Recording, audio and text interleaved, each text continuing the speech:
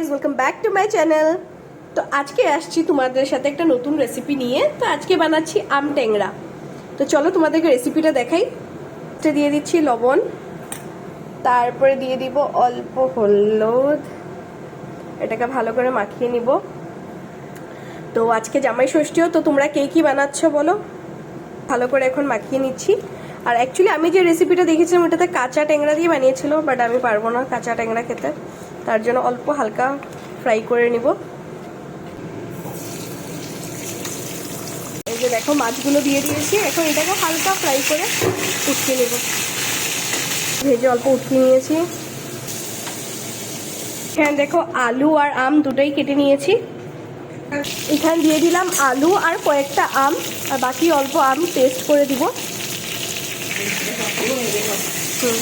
এখন অল্প এটার মধ্যে নুন দিয়ে দিব, হলদি দিব। তো এখন ঢেকে দিয়ে দিলাম, আলুটা অল্প সিদ্ধ হোক। এখন দিয়ে দিলাম আম, কাঁচা লঙ্কা, অল্প দিয়ে দিব সাদা সর্ষে,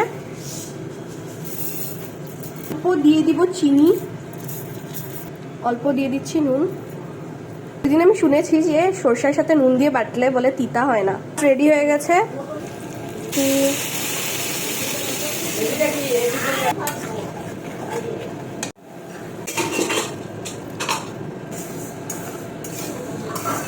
আমি তো এখন দিয়ে দিচ্ছি মাছ ভাজাগুলো। তো গাইস, রেসিপিটা ভালো লাগলে don't forget to like, comment and subscribe my channel.